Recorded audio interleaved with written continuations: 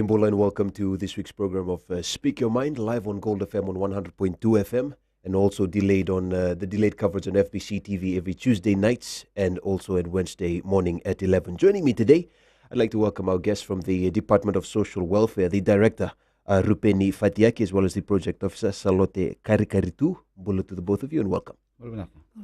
Phone lines are open, 3220-906 and 3220-907. This year, the Department of Social Welfare has changed how they've given assistance to Fijians who rely on the state for aid, and that's exactly what we'll be talking about today. And if you have any questions based on that, as mentioned, phone lines are open, 3220-906 and 3220-907.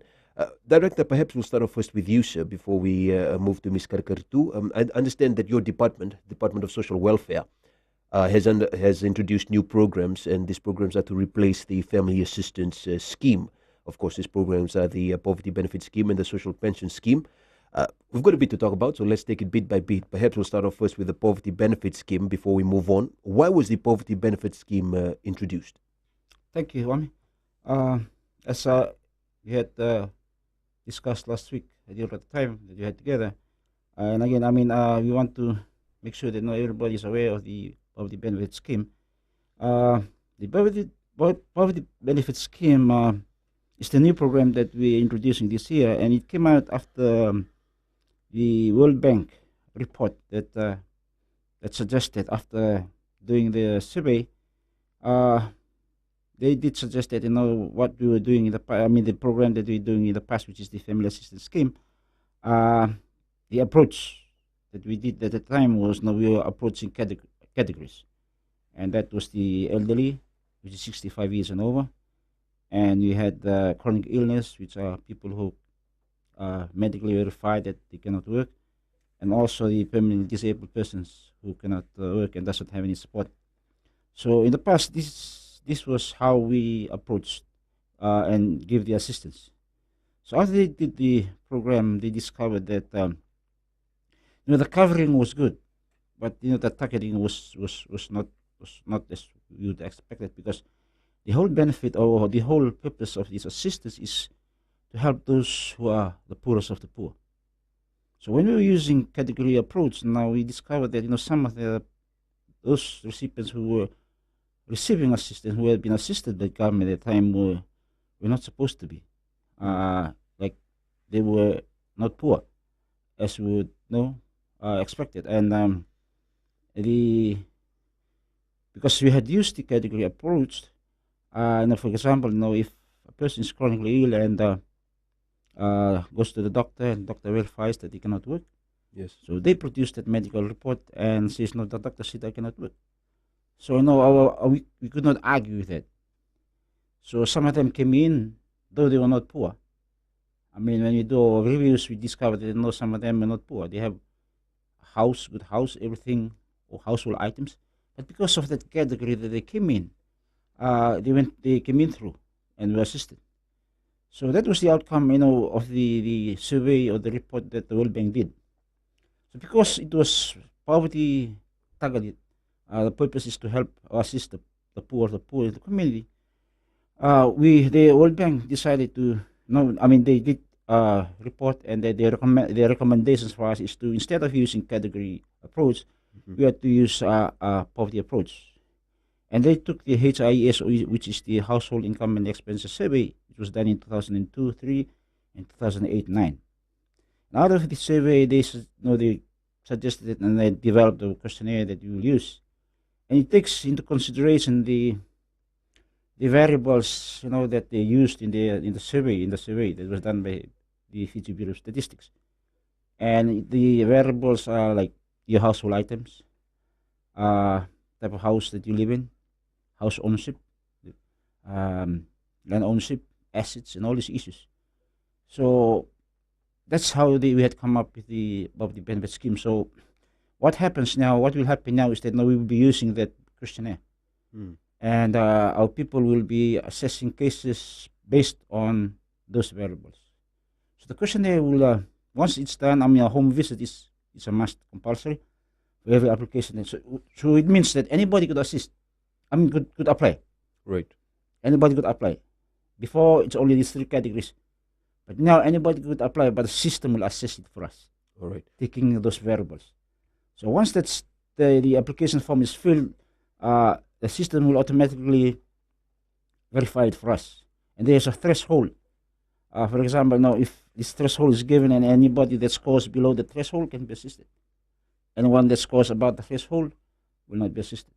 So that is the approach that we're doing. And all because we wanted to tackle the poorest of the poor in the community. To improve and the service and make sure that the assistance is targeted and is going to the right people as compared to the past. All right. Kunaka Director, so what we understand now from the poverty benefit scheme, it's poverty targeted as opposed to the family assistance scheme in the past being categories. That's the target. Before we move on, Director, how many people or how many Fijians do receive aid from the state? Well, at the moment, I mean, with the current family assistance recipients, we have about 19,000. 19,000. So all of these 19,000, you will all have to check all their status once again to find out whether they could apply or qualify for this new program. Yes, we will have to do that. We will have to recertify them. And Salote here is the project office to ensure that this recertification program is done. And for the last 2 weeks, they have been in the northern, western, and the central area teaching our people how to go about the program. And yes, all the current recipients that are on our books that came in through FA will have to go in through the BPS. They'll be assessed through the BPS. Okay, and FA being family assistance. Just to get everybody clarified. We'll move now to Salote, Ms. Karikaritu. Being the project officer, Ms. Karikaritu, I understand, as the director had mentioned, all the 19,000 individuals, these are individuals or families? Individuals who've been assisted by the state. You will have to recheck the status again whether or not they qualify for this new program. Where have you gone to? Where have you and your team gone to in terms of checking their status? Thank you, Wambe. I'd like to just take us back, like what the director has alluded earlier. The poverty benefit scheme is totally a new program, and the method of approach is also very new to our staff or to the welfare officers. And that is the reason why we have gone out to all the 6 divisions. And the 6 divisions are the northern, the southwestern and the northwest, the central division, the southeastern and the central. And this includes Nasinu, when I say southeastern. What we have done so far is we are on to the first phase, and that is we are doing training for our welfare officers, where we train them on how to implement this approach. The poverty benefit scheme comes with a new system altogether where the software system is incorporated into the laptops that they will take around while doing this survey or the assessment itself on the 19,000 individuals. I apologize, Salote. I always don't like to do this, but I'm going to have to do this as we're restricted by time. We'll just stop there for this time being. We'll take a quick break and we'll come back and we'll continue from the first phrase of what you discussed earlier on. More with Speak Your Mind right after this.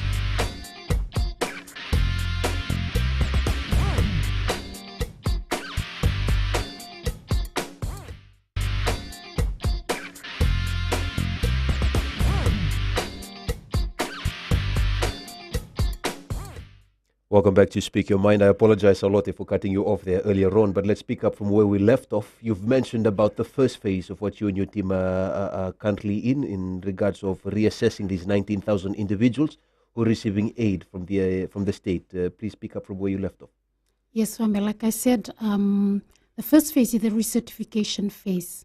And we have completed the training from the 6th division. We've just completed the training last week. And we are hopeful that by this week, the recertification process for all these 19,000 individuals should begin. Now, all this division will expect to go out to all their homes and do a home assessment. Like I said, it's a new approach altogether.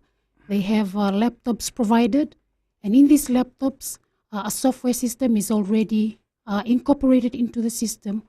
Like what the director has said, the system is actually going to tell you when they go out to do this assessment, whether this applicant qualifies under PBS or does not qualify. Right, because in the past there was always a bit of corruption going on. Yes, If you knew somebody within the department, he or she could just sign a little yes, document, sign on the dotted lines, and you could receive assistance. Now with this program, that's not going to happen. The that's not going to program's going to happen. tell you whether or not you can receive assistance. Yes, because the system is actually going to tell you, and it minimizes all this, like you said, corruption of where you might know a person and you might just recommend, all because you see the status of the family or the status of the person and you get carried away or you're influenced by it, but that's no longer going to be an issue now. PBS is a new system altogether. It's a software system, and the system is going to tell you whether this family qualifies or this individual qualifies for PBS or does not qualify. And just to add further to what the director has said, it's no longer criteria-based, it's poverty-based. So when our staff or our welfare officers are going to go out to all their homes, they will have to see whatever is there in the home. Now, PBS takes in household consumption. It verifies all the needs that's there. And PBS also identifies the strength at the same time. So it's a strength-based approach, you can say, because once one qualifies for PBS, welfare officers or the division will be expected to work with his family from the beginning right out to the exit time. The timeline for someone to receive PBS is only 3 years. And with this PBS, we have conditions that will be expected for Right. each applicant or recipient who will qualify under PBS. Unlike before, you can get assistance and we will never know whether you have passed away or whether your family has moved from when we first identified that you qualified for FA. With this, the monitoring system is very transparent. Why I say that? Because you will be monitored right throughout the 3 years, and you'll be expected to work upon the strength that the welfare officers have identified on the very first day that they assessed your application. Meaning that you will be expected to go into training, small business training, or if you have children that should probably upskill or include them in other trainings where these children could help these families alleviate poverty or work out from poverty. You might have been hearing that most of the time. We were saying it's from welfare to workfare, and that's exactly what's going to happen with PBS. Obviously, after listening to what you say now, Salote, as well as what the director had said earlier on about the new program, PBS, and that is Poverty Benefit Scheme, it's clear that it's now better designed than the family assistance scheme in terms of bringing assistance or aid to those who need it the most. You've mentioned, Salote, that there's the first phase that you've mentioned. How many phases are there, and how long will the reassessment of these 19,000 people, 19,000 applicants take? The recertification phase we have a timeline of 3 months, and it's going to begin from April, and we hope to end the recertification process by June. And the second phase is the processing of new application, where we are going to then open the application to the members of the public who would like to apply for poverty benefit scheme. Under the new criteria? Yes, under the new criteria. It might be open to everybody, but we would like to say that not everyone will qualify under PBS. Sure. That is an interesting statement, and we'll touch on that a little earlier on. By June, the current 19,000 folks will find out whether or not they'll still be receiving assistance. That number could drop, that number could stay the same. I'd imagine, Salote, because you've mentioned that you've gone around the country in these 6 divisions in assessing these 19,000 applicants. There are some folks, I know it's something that you do not want to do and what your team doesn't want to do, but you had to cut them off from the assistance, from the state assistance, and I'd imagine that this wasn't really received fairly well by them. Yes. But they need to understand, though, that this is a new program, right? And this is something that the department and the ministry is moving forward with. How much is it costing the state, Director, to assist these 19,000 individuals every month? The budget that was given to us is 22 million. So at the moment it's 22 million. At the moment, it's 22 It's million. 2 million, yeah. All right. You've mentioned, sir, about the approach now being poverty. The approach now being poverty. Your department assisting any Fijian who is poor, regardless of whether they're above 65 or below 65, regardless of whether they're disabled or not. So let's just, for example's sake, just so the listeners and the viewers could understand what we're talking about. There's an individual who's living in poverty. He gets a visit from Salote and her team, and after the assessment, they find out that yes, he does. This individual does apply or can qualify for assistance from the state, and he does get assistance on a monthly basis. I understand the new amount now being $150, but this individual is there's nothing seems to be. This individual is fit. He's not disabled. He's 34 years old. He seems he could be employed, but for some reason or another, he's not working. That individual will get and still can get assistance through this new scheme. All right. Now, Director, some people may argue that over time, that sort of an ideology of that sort of change might increase dependency on the state.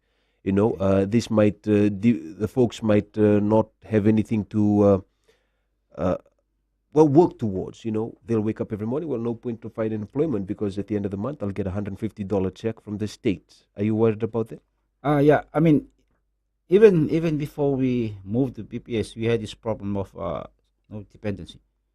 So for the scenario that you gave, like if somebody who is 34 and is not physically sick, but like as we mentioned earlier, it's a poverty approach system. And like Salote had said, there's conditions. So a person who is 34, and a good example is, I mentioned earlier when at the time that we had together, at the moment, for example, in the laborers in the sugarcane farm field. Now, in the past, when they were using the FA, they were not able to come in because, some of them are very poor. We've done the home visit, and you see, some of them are just cane cutters, living within the farm's compound, and just they living in a tin shack. They have children, and we look at their household items, there's nothing in, hardly anything in the house. But they cannot come in through the FA because they don't fall under those three categories. But now with this new approach, BPS, they can come in. But see, the condition is that for within 3 years, they'll have to do something. They're only given assistance for 3 years only. So like I said, we are going to assist them to increase the capacity. Likewise, at the same time, if there's children who can do it, we'll be able to put them to, assist them to go to school. And the whole idea is for them to be able to be self-sufficient instead of totally relying. And that has to be made clear from the very beginning once the application is approved. That they must be made known that from now on, once they are being assisted, you're not here like this isn't in the for past. life. It's not for life. That's what happened in the past. When we approved cases, some of them, when we did the review, they've been in the system for 30 years. 30 years? 30 years, yeah. And when we closed it, and then you had all these issues, people taking up no problem, saying that, this is my right, I deserve this. But with this new approach, it's going to, after 3 years, we'll take out the system, but we'll help you, we'll work with them, make sure that they are able to stand on their own feet. All right, Vinaka Director, we'll just leave it at that and we'll continue in the next segment right here on Speak Your Mind.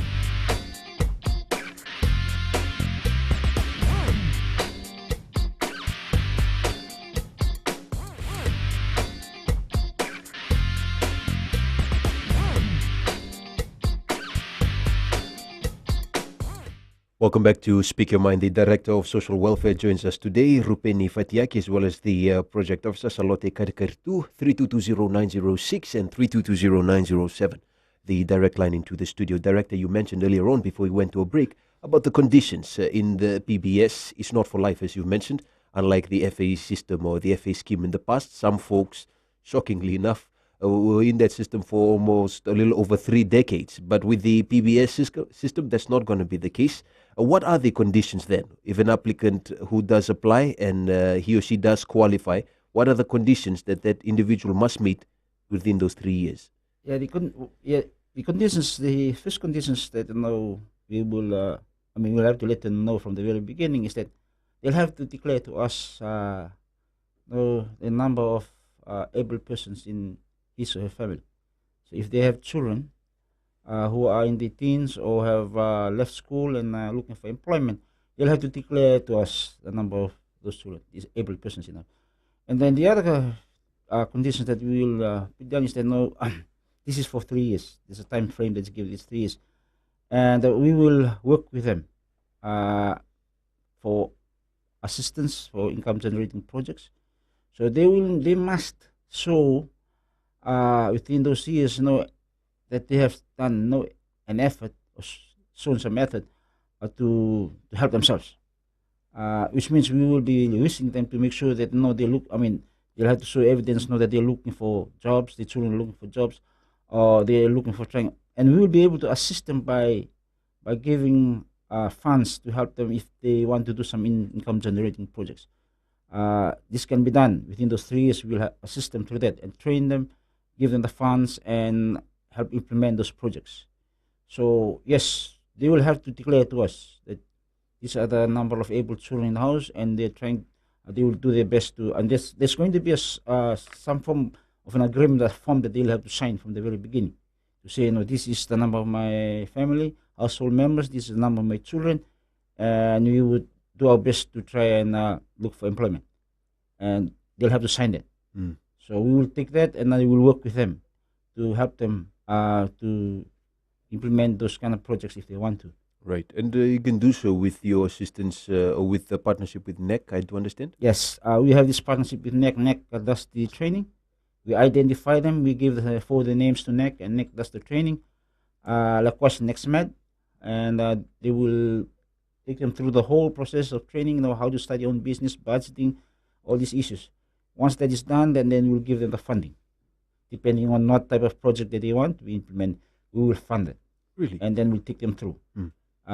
Monitor and evaluate to see that there is sustainability. So social welfare will not only help these individuals upgrade their skills, but also fund their projects. Yes, we will. We have budget allocations to help fund those projects. And the whole purpose of it is to graduate them out of the welfare system. Right. So, like I said the other time I came around, is that, there's a budget that government gives us. So we need to be moving people out. There's people who deserve, that need to come in. So we cannot just bring in people and then leave them there. You'll clock the system. So we need to work with them, not just get them out after 3 years and say, you have to go out. No, we'll have to work with them throughout the 3 years so that once they're ready, you move them out and we bring in new people. Otherwise, it's going to be the same experience that we have in the past. If people come in, there's no going out, they'll clock the system, and we have lots of pending cases because they cannot come in because we are working according to the budget that government gives us every year. Right. We haven't talked about the other program yet, but I do understand now with the introduction of these new programs, what the individuals usually receive has now increased as opposed to the past, if I'm not mistaken. In the past, I think they get $30 a month. Now it's a little bit more than that. No, it has not really increased in the sense that in the past it is individual. If it's one person, it's $60. The food voucher is $30. That's $90. Now, what's happening now? In the past, it was targeting individuals. Now we are targeting households. And I mentioned earlier, the last time I came around, I said, with this BPS, we're looking at maximum of 4 members in the household. This again, we took this information from the HIES survey, where they say the average household members in a normal Fiji family is about 4 to 5. So we're taking in 4. So when our people will come and assess, they will only consider 4 members in the household. Even if there's 10 members in the household, we will only take 4. They will be considered, they will be assessed 4. So if it's approved, then each one will receive $30. So that's $120. That's the maximum. Plus the food voucher, which is $30, that the total amount that will assist them is $150. Now there's a misunderstanding, a misinterpretation. People in the community think that everybody will be assisted with $150. No, if it's a one-person family, there's no other members, and that person will receive $30 plus $30 food voucher. That's $60. That's it. Yeah, that's it. If it's 60, if it's 2 persons, then it's 30, 60 plus 90 plus 30, it's 90. If it's 3, then it's 120. But the maximum that the government can give to assist the family is 150. Not more than that. Not more than that. Yeah. All right. Well, we'll take another break. We'll come back with more right here on Speak Your Mind.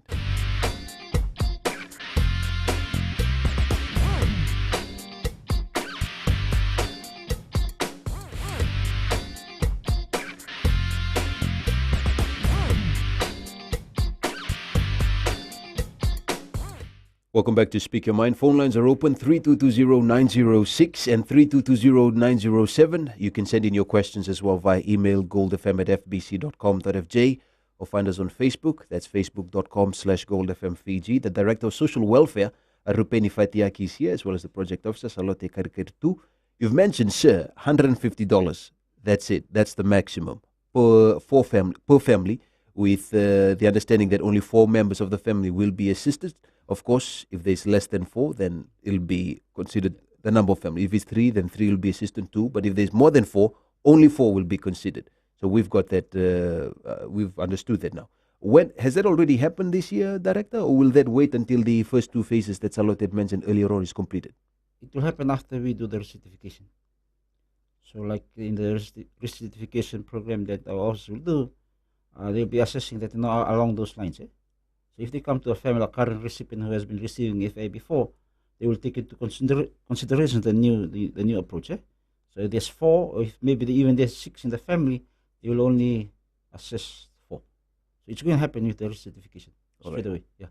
Director, I do understand that the Permanent Secretary of the Ministry of Social Welfare had mentioned during a press conference that the ministry will or would discontinue its expanded food voucher program from the 31st of December last year. The then Permanent Secretary, Govin Sami. Why? That's where the social pension scheme comes in. We will talk about later, as you mentioned. But the last year we were implementing the expanded food voucher program, and the expanded food voucher program, the target or the recipients were all age persons above the age of 70. So it was like a change from food voucher. This year, instead of giving them the food voucher, we're giving them the $30 cash. That goes, it's pension that goes to their account. They have to open the bank account, but it's no longer a food voucher as last year. Last year it was just the $30 food voucher given to the elderly persons, and this is different from the current food voucher that we are issuing to our recipients. Those that will come into PPS will continue to receive the food vouchers. But this expanded food voucher is a different program from like last year. It was only for the elderly. So that has been closed. And now we are introducing the social pension scheme, which is a pension of $30 per month for these elderly persons. So let's talk about that. The other program, the social pension scheme. What is this program all about? The social pension scheme, as I mentioned, it is for people about the age of 70, old persons who are about the age of 70, who doesn't have any form of superannuation. They're not recipients of like FNPF, government pension, the aftercare fund. So they have no source of of pension, whatever. These are old folk that are staying in the village, who have been farmers or subsistence farmers all of their lives, and have never received any. So this is an assistance that government is giving to them. It's only $30 per month, but if there's a couple staying in the same household, both of them are 70, both of them will receive. It's not just one person. Both of them will receive the $30 pension. Salote, let me just direct this question to you, if you will. For instance, let's say an elderly gentleman qualifies for the social pension scheme, and that gentleman also is in a family of 4 who they also qualify for the poverty benefit scheme. Will this gentleman, of course, after receiving the PBS assistance, will he also get the social pension scheme assistance? No, Wame. You, for a recipient, can only either get SPS for someone who might qualify if he or she is 70 years over. But for PBS, they cannot be receiving it at the same time. We will have a monitoring system in place in the department where we will see if one is already receiving SPS and also applies for PBS. Then we will have to stop one of the benefit to see which one would be applicable for the applicant. All right. Let's move on now to another hot topic, and that's the bus fare system that's also been changed. Not only there's been changes in the social welfare, there's also changes in the way folks travel by buses this year. And of course, this will, I would imagine, affect the 19,000 individuals who receive aid and assistance from the state. There have also been queries from them as to how they're going to go about this. Now, what is the ministry got to say about the bus fare assistance? Thank you. Currently, the social, the bus fare concession program or scheme, there's two types of categories. One is the elderly persons above the age of 60, which means if you're above the age of 60, you are eligible. Automatically. Yeah, you're eligible for bus fare assistance. And the assistance is a 50% concession. So you only pay wherever you travel by bus, you just pay 50% of the bus fare. And for the permanently disabled, it's free. So in the from inception of the program until now, what we have been doing, or the process that we have been doing, is that they apply through us. We do the ID cards, and then a voucher is given to them by Fiji bus operators. So we two things we give them. We give them the ID card plus the voucher book. Every time they travel, they use the voucher. The drivers take the vouchers every time they travel. But now with the e-ticketing, the approach has changed. And currently at the Northern Division and at Central Nosu and Nosori, Vodafone is issuing those cards, those e-tickets. What our recipients will need to do, and they need to know, is that they will have to come to us first. Then we'll give them the form, that the M-Pesa form that everybody fills. But then we will verify on that form that they are recipients of government's concession program. So they will take these forms to Vodafone, and Vodafone will take those forms and input the information in that form into the system. So once they receive the cards are supposed to be free, but then they'll have to recharge those cards. Sure. So every time they travel, they'll have to recharge the cards. But once they have received those cards and they start traveling using it, they will have to show, every time they board the bus, they'll have to show the ID card that we had given them. So they'll have to show those ID cards to the bus driver and tell them, bus driver, but the bus driver should know, the gold card is for elderly. The red card is for the permanently disabled. So they'll have to show those cards, and then the bus driver should there, and then swipe and press concession and half price. So they should be able to receive half price. Travel through half price. The only change is it's electronic. It's electronic. But they'll have to, every time they travel a bus, they'll have to show their card. Both cards, the really. card that was given to us. Yeah, they'll have to show that. So the e-ticketing card is given, and the social welfare card is also shown to the driver, so they know. They know. So the disabled individuals, that's free. They travel that's free. Yeah, it's free because once the form is given to, once they give the form to Vodafone should be able to input the information in the system. Say this person is disabled, it's free. So every time they go to travel, swipe, the bus driver swipes, the information should be able to show that they should be traveling. But then they will have to tell, show the card from us, and tell the bus driver, that it's not supposed to be charging them any fare. Okay. Yeah. And just to let the folks know as well, they're not going to pay for these cards, like the $2 or the $10 that other folks had to pay. It has to be free. For the first 30,000 recipients that you have, it's going to be free. Okay. But after that, then they'll have to pay. All right. Whatever the price is, then they'll have to pay. But for the first 30,000, they're not paying anything. Okay. It should be free. Vinaka Director, we'll take another break and we'll come back with the final segment right here on Speak Your Mind.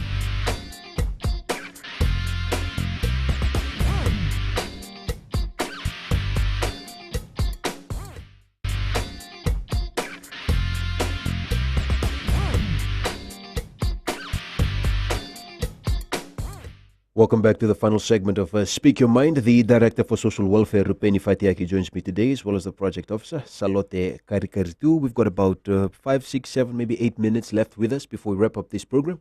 So if you have a question or two, you can call into the studio, 3220-906 or 3220-907. Before we went to a break, Director, we were talking about the bus fare assistance, and for the benefit of those 19,000 individuals who receive aid from the state, where can they go to get the e-cards? Currently, Vodafone, they are distributing the cards in the Northern Division right now, and our people staying in those areas should be able to contact our welfare officers, and for them to be given the form, that they should be able to go to. They'll direct them to where they are, and at the moment here in the central, it's the same thing is happening. Vodafone is issuing the cards at the Triangular down in town, and in Osori at the MH Kapak. Now, for the other beneficiaries in the other divisions, especially in the western side, Vodafone will come back to us and will tell us as to when, what dates that they will be in the western side. And from then, we'll be able to inform our people on the field and most probably on air again to tell them as to where they can go and get their cards. Director, I'm sure the individuals who are listening in and watching in as well, who receive assistance from the state, will be grateful to hear this information about the two programs that you have mentioned, and also how this has increased somewhat, the $150 a month. Though, realistically, when we look at things and the price of goods these days, do you really think that $150 a month for a family of four is going to cut it? Not really. But I think the community or the public need to understand that this is an assistance that's coming from government. And I believe there's no government that will be able to give. People are always telling us, no, this is not enough.